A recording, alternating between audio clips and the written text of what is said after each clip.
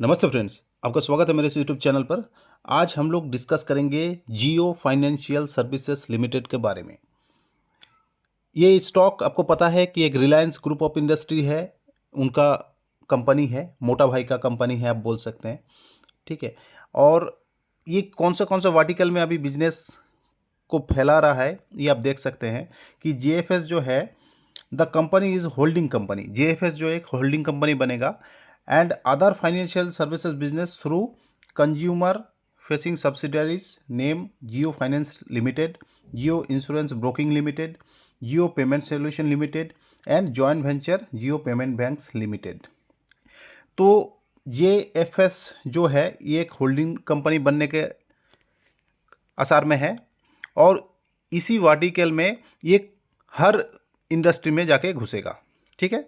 Finance में घुसेगा, broking में घुसेगा, payment solution में और पेमेंट बैंक में, इतने जगह अपना बिजनेस को फैलाएगा। अभी जैसे आप मार्केट में न्यूज़ सुन पा रहे हैं कि बजाज फाइनेंस में कुछ बैन लग गया, बजाज फाइनेंस 3-4% वहाँ से करेक्ट हुआ। पेटीएम का बिजनेस आप देख ही रहे हैं, पेटीएम सेम मॉडल में काम कर रहा था और अभी काफ़ी कुछ उन पे असर हुआ है, स्टॉक एक बार 80% का आसपास गिर चुका है, ठीक है। ये बिजनेस खतरे में, वो बिजनेस खतरे में, सब कुछ चल रहा है। जेएम फाइनेंशियल में भी कुछ न्यूज़ आया बैन का रिगार्डिंग, तो ये सब न्यूज़ चल रहा है और जेएफएस जो है सेम सेक्टर में काम कर रहा है और अभी ऑल टाइम हाई के आसपास ये काम कर रहा है। तो इससे आपको पता चलता है कि स्टॉक कितना स्ट्रॉन्ग कंपनी को बिलोंग करता है, ठीक है, और कैसे ये मार्केट को धीरे धीरे कैप्चर कर रहा है, ठीक है। अगर आप इसको पॉलिटिकली जोड़ के देखेंगे तो अभी जो रूलिंग गवर्नमेंट चल रहा है इनका साथ एक अच्छा खासा तालमेल है, आपको पता है। अंबानी हो चाहे अदानी हो, इनका स्टॉक एक अच्छा खासा गिरावट के बाद अभी अप ट्रेंड में दिख रहा है। और जब तक ये रैली ख़त्म नहीं होगा, जब तक ये सारे कुछ एडजस्टेड ना हो जाए, इलेक्शन, उसका न्यूज़, उसका सब कुछ, ठीक है, तो ये स्टॉक एक अप ट्रेंड में रहने का पॉसिबिलिटी है इस रिगार्डिंग।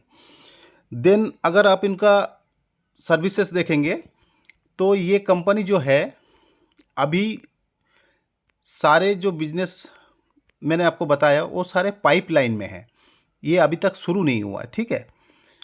ये बिजनेस अभी तक शुरू नहीं हुआ है, लेकिन तब भी मार्केट कैप इसका 2 लाख करोड़ का ऊपर है, ठीक है।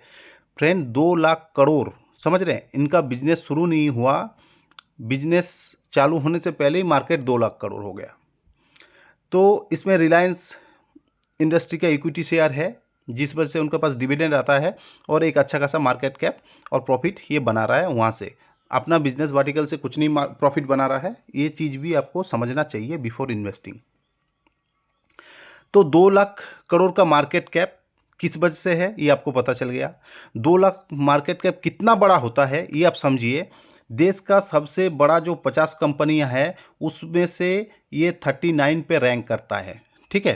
तो ये होता है 2 लाख कैपिटल का मार्केट कैप का मतलब, ठीक है। देश का सबसे 50 बड़े कंपनियां, उनमें से 39th नंबर में ही ये रैंक करता है 2 लाख करोड़ का मार्केट कैप, जबकि इसका बिजनेस कुछ भी नहीं है। मैं आगे जाके आपको बताऊंगा, जबकि इसका बिजनेस अभी शुरू ही नहीं हुआ, सब कुछ पाइपलाइन में है, ये होने वाला है, वो होने वाला है, ठीक है। इस हिसाब से अभी चल रहा है। तो आपको समझना पड़ेगा कि जियो जो है मुकेश अंबानी का जो कंपनी है, ये जब भी मार्केट में आता है, जैसे जियो आया था उस टाइम में इन्होंने क्या किया था, अपने आप को लिस्ट किया था और मार्केट में आया था और आते ही एक डिस्ट्रप्टिव बिजनेस चालू कर दिया, उस इंडस्ट्री में किसी को टिकने नहीं दिया। जो स्ट्रॉन्ग उस टाइम में था वही टिक पाए और जितना भी थोड़ा गड़बड़ वाला था, ठीक है, चाहे लोन पे चल रहा था चाहे और कुछ चल रहा था, वो टिक ही नहीं पाए इनका सामने, इतना ज़्यादा ये छूट दिया और रेट कम कट किया, ठीक है। तो सेम मॉडल यहाँ पे भी हो सकता है ये अपनाए कि जिस जिस इंडस्ट्री का नाम ये ले रहा है, ठीक है, वहाँ पे आए और वहाँ से रेट प्रॉफिट वगैरह कम करके और सर्विसेज देना चालू करे, इस वजह से सभी का मार्केट शेयर थोड़ा थोड़ा करके अपना बिजनेस फैलाए, ये भी हो सकता है पॉसिबिलिटी, ठीक है, क्योंकि इन फ्यूचर इन्होंने किया हुआ है पास्ट में, ठीक है। इसको आप समझ के चल सकते हैं। तो अगर आता है तो सबसे ज़्यादा खतरा किसको पड़ेगा? क्या बजाज फाइनेंस का पड़ेगा। बजाज फाइनेंस एक मार्केट लीडर कंपनी है, ठीक है, इन सेक्टर का, तो इसका असर उतना ज़्यादा नहीं पड़ेगा जितना बजाज फाइनेंस पे है। लेकिन पेटीएम को अब देखिए, पेटीएम अभी मिट गया, अभी ये लिस्ट होते ही पेटीएम मिट गया लगभग, ठीक है, 80% ही बिजनेस बचा है। तो ऐसे छोटे छोटे स्टॉक जो भी होगा इनका ऊपर असर पड़ेगा, ठीक है, इन फ्यूचर। तो जैसे आपको बताया कि 334 में ये ट्रेड कर रहा है, 348 का 52 वीक हाई है और 203 का 52 वीक लो है। स्टॉक पी अभी कोई रिलेवेंट नहीं है, क्योंकि स्टॉक का कोई अभी अर्निंग ही नहीं है इनका, ठीक है। बुक वैल्यू 182 का आसपास आप देख सकते हैं। जैसे ही लिस्ट हुआ, लिस्ट होते हल्का सा गिरा, 200 का पास लो बनाया और वहाँ से शूट अप हुआ और अभी 350 का आसपास ये ट्रेड कर रहा है। पी आप देख सकते हैं, पी कुछ है नहीं, ठीक है, क्योंकि अभी उस हिसाब से लिस्ट नहीं हुआ है।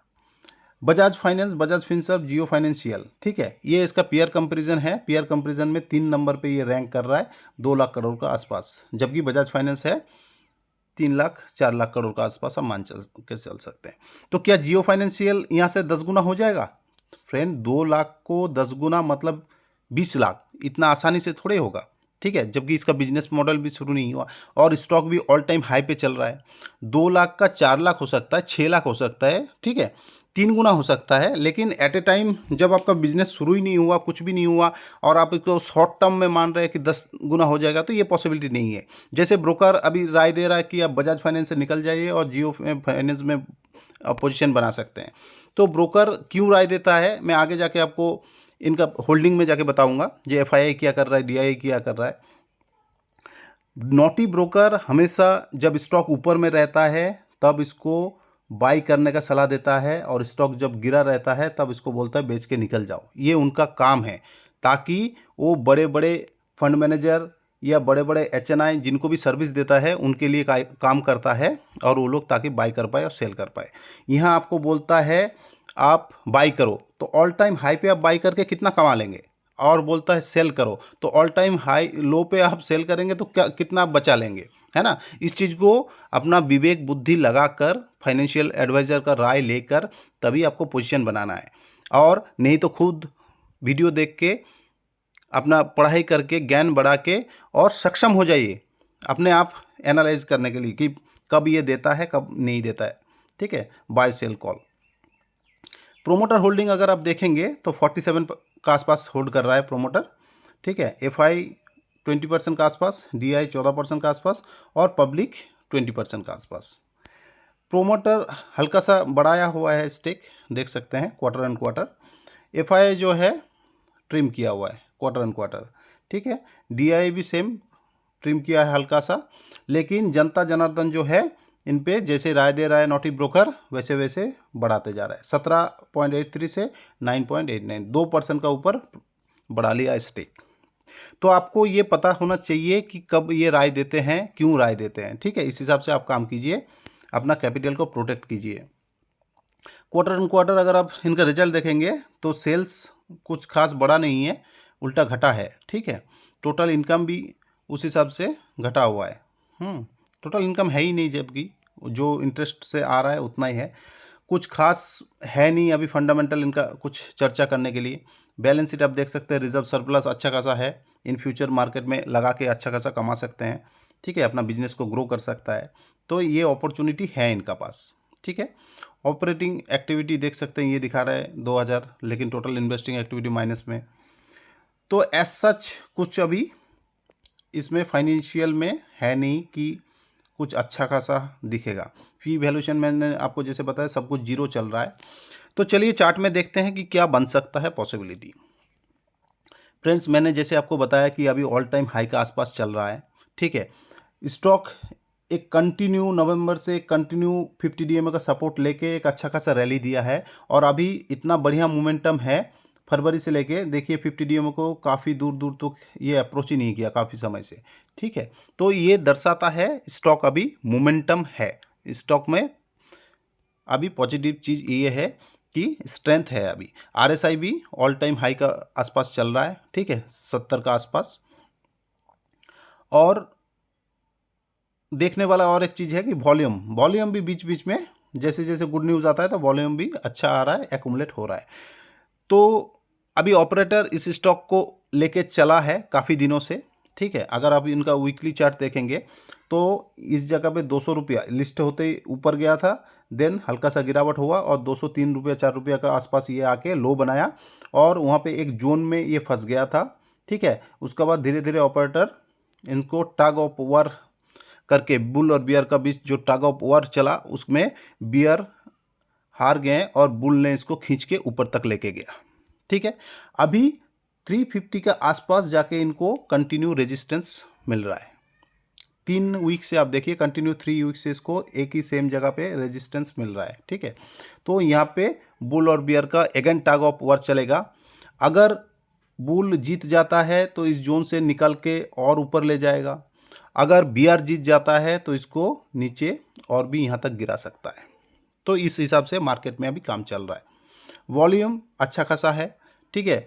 RSI भी ट्रेंडिंग ऊपर है, ठीक है। तो ये सब आप देख के अकॉर्डिंगली एनालिसिस करके पोजीशन बनाना है, और अगर पोजीशन बनाना है तो उसका रिस्क भी लेना है। ऐसे नहीं कि किसी को वीडियो देख के आपने पोजीशन बना लिया फिर क्या करे करते रहेंगे आप, ठीक है। टिप्स मांगते रहेंगे, आपको टिप्स ना मांगना पड़े इस हिसाब से मैं आपको सिखाने का कोशिश कर रहा हूँ। इसको एक एजुकेशनल पर्पस के रेफरेंस के लिए आप यूज़ कर सकते हैं। इसमें मेरा बाय और सेल का कोई रिकमेंडेशन नहीं है, ठीक है।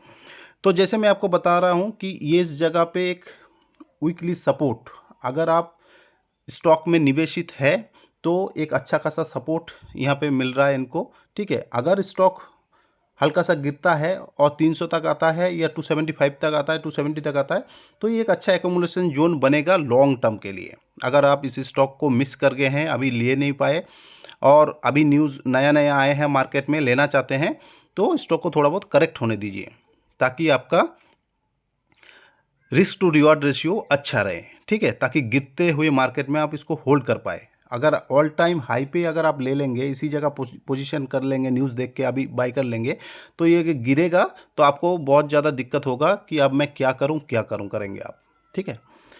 तो इसका जैसे मैंने बताया आपको कि 350 के आसपास एक अच्छा रेजिस्टेंस मिल रहा है, तो हो सकता है 350 को काट के ये ऊपर चला जाए तो ये देन और बुलिश हो जाएगा।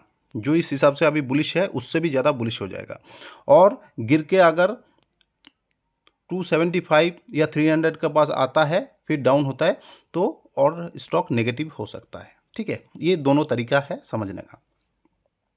अगर आप मंथली चार्ट देखेंगे, मंथली चार्ट कुछ है नहीं, ज़्यादा दिन इसको लिस्ट होकर होया नहीं, लेकिन आप देखें कि कंटिन्यू ये मंथ ऑन मंथ गिर रहा था, देन स्टॉक स्टेबलाइज हुआ यहाँ पे और एक अच्छा खासा शूटअप किया, ठीक है। तो मंथ ऑन मंथ में भी ये स्टॉक जब तक 300 का ऊपर है तब तक ये पॉजिटिव इंडिकेटर है। इसका ऊपर अगर और पॉजिटिव ऐसे इंडिकेटर बनता है मंथ ऑन मंथ तो ये एक अच्छा इंडिकेटर रहेगा। अगर गिर के 300 से नीचे आता है तब आप मान सकते हैं कि इसका ट्रेंड नेगेटिव हुआ है, ठीक है। तो अभी किया जा सकता है, ठीक है।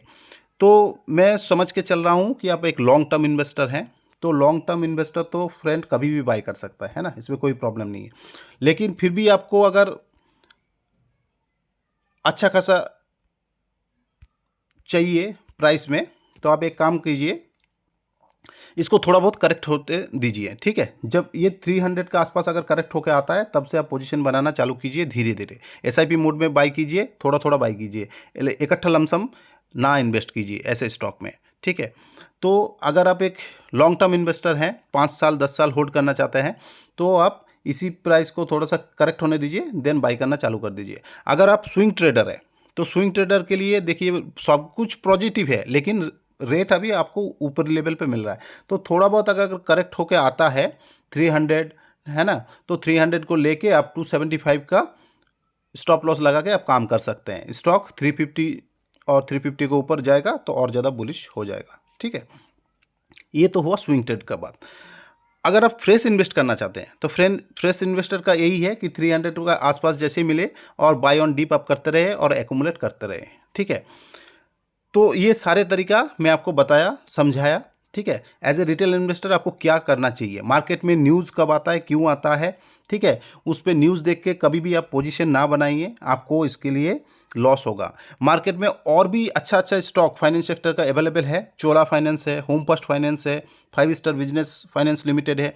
उनका बारे में भी अगर आपको कोई क्वेरी है, जानना चाहते हैं कि पोजीशन बना सकते हैं नहीं बना सकते, आप नीचे कमेंट कीजिए, मैं उनके ऊपर भी आपके लिए वीडियो लाने का कोशिश करूँगा।